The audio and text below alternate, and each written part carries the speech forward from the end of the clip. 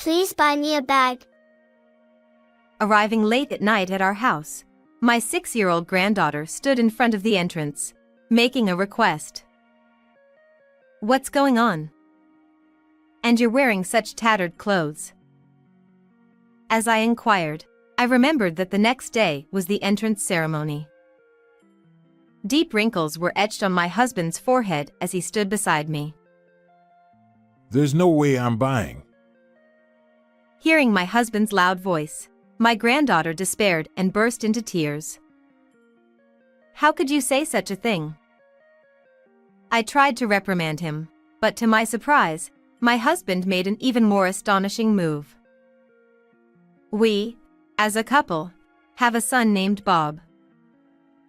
He's married and at 27 and the father of a 6-year-old child. The child's name is Noah, our first grandchild, but we've hardly seen them. I wonder if our son, his wife, and Noah are all doing well.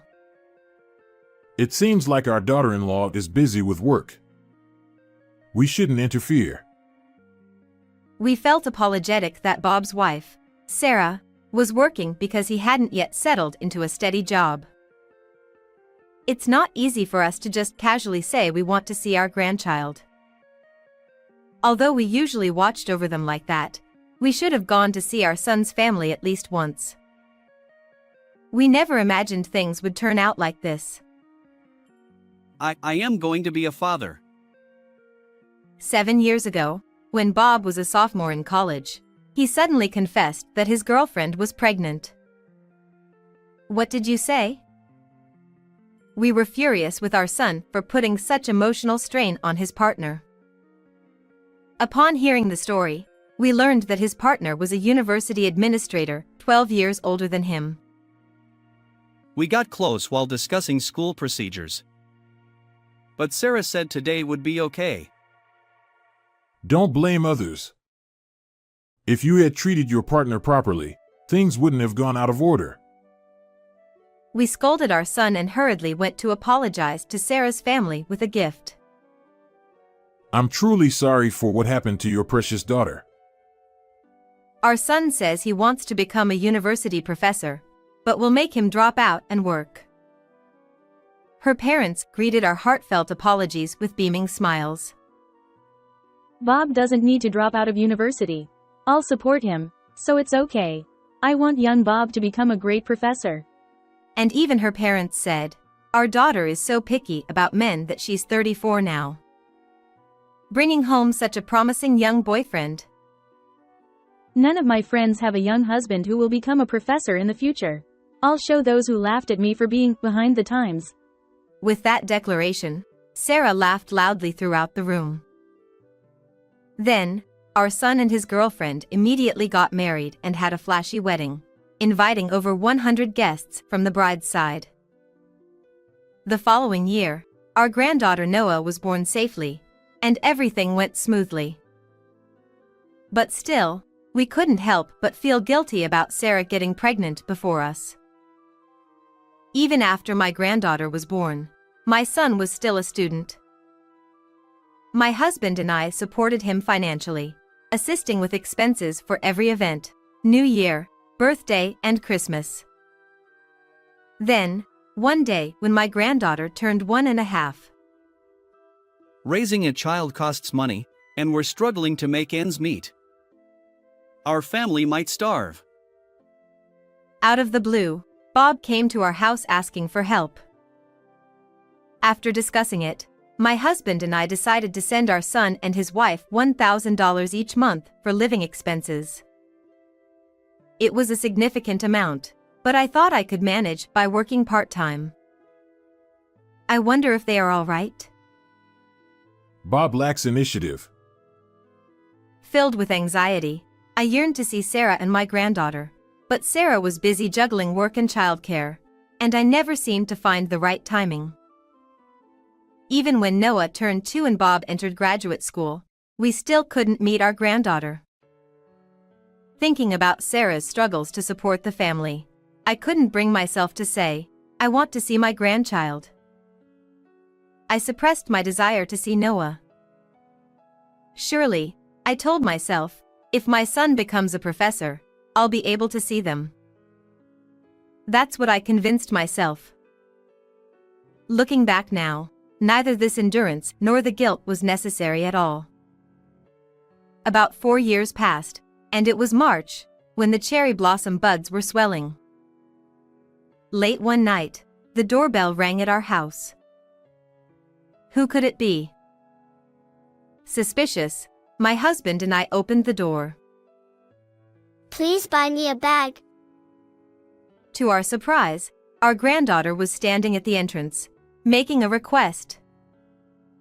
Noah. What's going on? She was painfully thin, with unkempt hair. I was taken aback as I rushed over, remembering that the next day was the elementary school entrance ceremony. My granddaughter collapsed in tears, sobbing uncontrollably.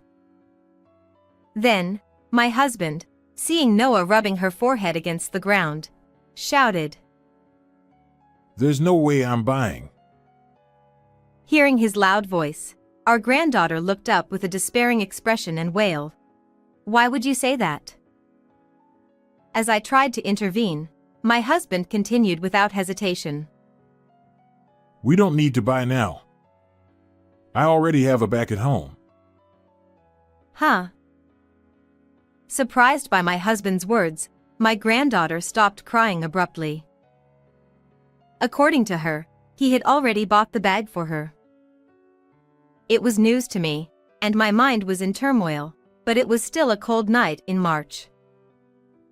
Let's go inside anyway, it's getting cold. I invited Noah into our home and decided to listen to her situation. Mom and Dad said if I asked Grandpa and Grandma, they'd get me a bag. After finishing the hot milk I offered, my granddaughter, whom I hadn't seen in a long time, told me everything that had happened. For example, she had never received any gifts since she was born. Her parents went out every night, leaving her alone at home. She was always dressed in the same clothes. She didn't have clothes or a bag for the entrance ceremony. They gave me an entrance celebration gift, but I didn't use it. They're squandering the money we gave for our granddaughter. This is outrageous. As we trembled with anger, our granddaughter responded with a bewildered expression. Mom and Dad said, Grandpa and Grandma are stingy and won't give us presents. If you want a bag, ask them. What the hell? My husband, perhaps at the peak of his anger, got up suddenly and went upstairs to the study. Seeing this, my granddaughter looked bewildered. I'm sorry, maybe he got angry thinking about Noah. As I tried to reassure my granddaughter, he came downstairs in a hurry. Oh, he's such a busy person. Wait, huh? Looking at my husband, he had a bag in his hand. Moreover, it was a lavender-colored bag with cute flower embroidery. Grandpa, is that? Yes, indeed. I've had it for a while. Noah ran to her grandfather and hugged him. He explained that he had fallen in love with the bag he saw on his way home from work and made an impulse purchase. He thought he wouldn't give it to her anyway, so he had hidden it in the back of the closet in the study. It's cute, isn't it? With flowers. Perfect for Noah. Blushing, he helped Noah put on the backpack. Come to think of it, I fell in love with this man's awkward kindness. I couldn't help but smile and look at Noah. Thank you. My granddaughter jumped for joy, but in the next moment, she uttered a terrifying word with an innocent face. If you ask like this, Grandpa and Grandma are like ATMs. ATMs? I couldn't believe my ears when I heard the words coming out of my 6-year-old granddaughter's mouth. Yeah, Mom and Dad always say that. My husband, who had been gazing affectionately at our granddaughter's bag, suddenly had a sharp glint in his eyes. Would you mind telling us more about that? Noah, seemingly unaware, smiled as she told us about the situation at home. According to her, her stepmother had been cold to her, saying, "I only got pregnant to marry a young man. You're worthless." My son also often said things like, "Having a child increases your credibility at university." Parents are like ATMs in their daily conversations. What the hell? How despicable. My husband and I were furious and determined to get revenge. Immediately, my husband started making phone calls everywhere. Meanwhile, I also contacted my son as if nothing had happened. Noah came to our house, but she's tired and fell asleep. I'll send her directly to the entrance ceremony tomorrow. Bob seemed momentarily flustered, but sensing that I wasn't suspicious, he quickly relaxed. Thus, preparations were underway to teach our son and his wife a lesson. And then came the entrance ceremony the next day. Noah said she didn't have proper clothes, but since she had bought a dress requested by Sarah 2 months ago, she wore that and left the house. When we met up with my son and his wife in front of the elementary school, I immediately broached the subject. "Sarah, you've done a wonderful job raising our granddaughter, despite your busy work schedule. Why don't you both take a trip together?" Husband, Bob has graduated from graduate school and become an associate professor this spring. When I handed them a 5-day trip voucher and a brand name bag, my son and his wife's eyes lit up with joy. In fact, on the night Noah visited our house, my husband hastily made travel reservations to separate our son's family from our granddaughter. It was a sudden plan, and we were worried if it would work, but they immediately called the university and lied, saying our child is hospitalized and got time off. "Don't worry, I'll take care of Noah while you're away." As I smiled and hugged my granddaughter, they were already preoccupied with thoughts of the trip.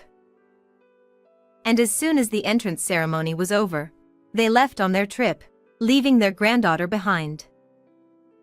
Have fun, but remember, hell awaits you. I squeezed my granddaughter's hand tightly, renewing my determination. And a week later, my son and his wife returned home with beaming faces. My husband and I welcomed them as they came to pick up Noah. Did you enjoy your last trip of your life? To my question, Bob and Sarah looked puzzled. Last trip? What's going on all of a sudden?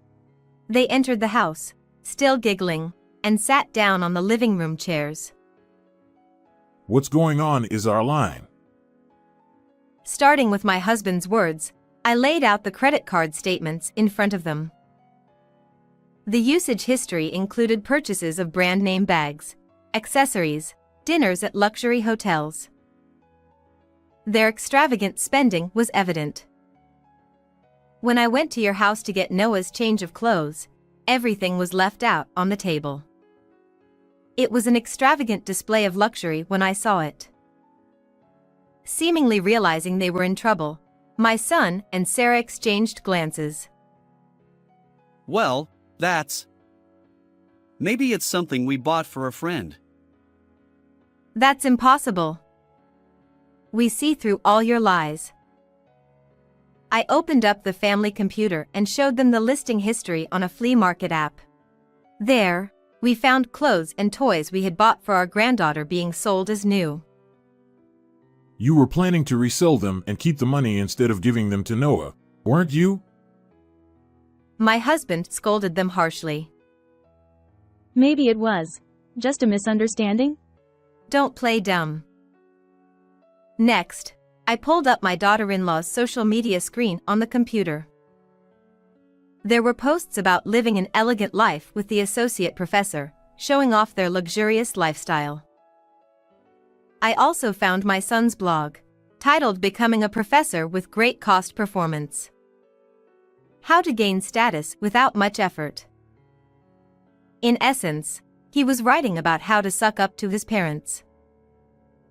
I thought you had a noble goal in your research, but were you really thinking about such things? My husband's anger flared, and they both looked like they were about to cry. It was just a joke for some relaxation. Yes. Childcare is busy, and I needed some retail therapy and social media for a change.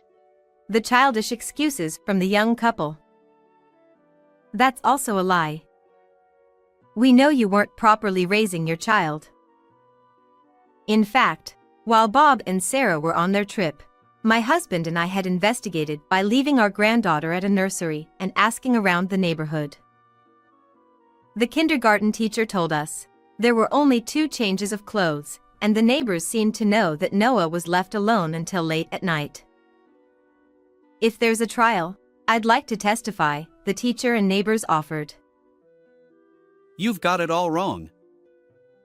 My son retorted with a defiant attitude, while his wife nodded beside him. With a heavy sigh, I took out a recording device and pressed the play button. Going on a trip is lucky, right? They give us money every month, so they're really useful ATMs. Exactly. We have to squeeze money out of Grandma and Grandpa using Noah. I didn't think I needed a kid, but surprisingly, they're quite useful. I'll let them live as long as they don't become a nuisance. The conversation and loud laughter echoed from the recording device, causing the young couple to turn pale. How did you record this conversation? I rigged the bottom of the bag you were given as a gift. I planted a bug in it. It's set up to send everything to my smartphone in real time, so I hear everything. Isn't that going too much? Throwing the bag aside, Sarah glared at me. Going too much? Which one of us went too much? Both the recordings and the results of the investigation have been submitted to the court through our lawyer. We're preparing to become Noah's legal guardians. As I declared loudly, they started making a commotion with shocked faces. What the hell are you doing, interfering like this? It's just a little luxury, geez. Ignoring their words, I made a call on my smartphone. Yes, I'd like to speak to the honorary professor of your university. Please hurry up. Upon hearing honorary professor, my son answered the phone with round eyes. The professor on the other end had been the one who guided my son towards becoming a professor. Hello? As Bob timidly spoke, loud yelling could be heard even from a distance. Can someone who can't even take care of their own child nurture others at the university? Don't ever show your face here again. The professor said and hung up. Hold on. Professor. Bob's path to becoming a professor, which had seemed smooth sailing, was abruptly closed, causing him to panic. But soon, the ringing stopped, and the university dean came on the line. Please hand the phone to Sarah, he said, and this time, my daughter-in-law nervously took the phone. While we turned a blind eye to your marriage to a student out of love, given the current situation, I doubt your qualifications as a university staff member.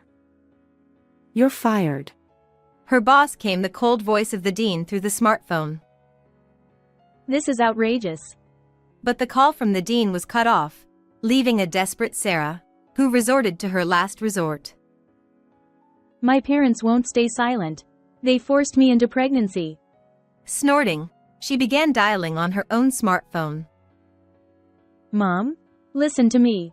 Bob's parents are... what? Disowning? Why all of a sudden? Her eyes widened as she held her smartphone in one hand. In fact, we had already contacted her parents. Turned out, her parents had also been unable to see their granddaughter and had been providing financial support. When I emailed them photos of the credit card statements, Sarah's parents were furious. They said, we're disowning them and sided with us. This means we've lost everything. We were finally living a good life.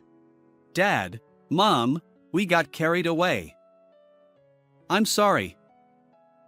Please forgive us. The suddenly timid couple pleaded with us, tears in their eyes. Handling a child's life so casually won't be forgiven.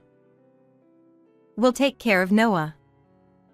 You'll money back the full $12.5 million we've given you for living expenses, university, and graduate school tuition. Please, have mercy. As the children slumped in despair, police officers burst through the door. We had contacted the police beforehand, just before Bob and Sarah returned home. I was going to become a professor. We were supposed to live lavishly with an invincible status. The sobbing couple was taken away in a police car, leaving only falling cherry blossoms behind. Subsequently, they underwent trial. With no support from Bob's or Sarah's families and having lost their friends, even if they were released from jail, they had no one to rely on. It's clear they'll have to go into debt to repay the $12.5 million.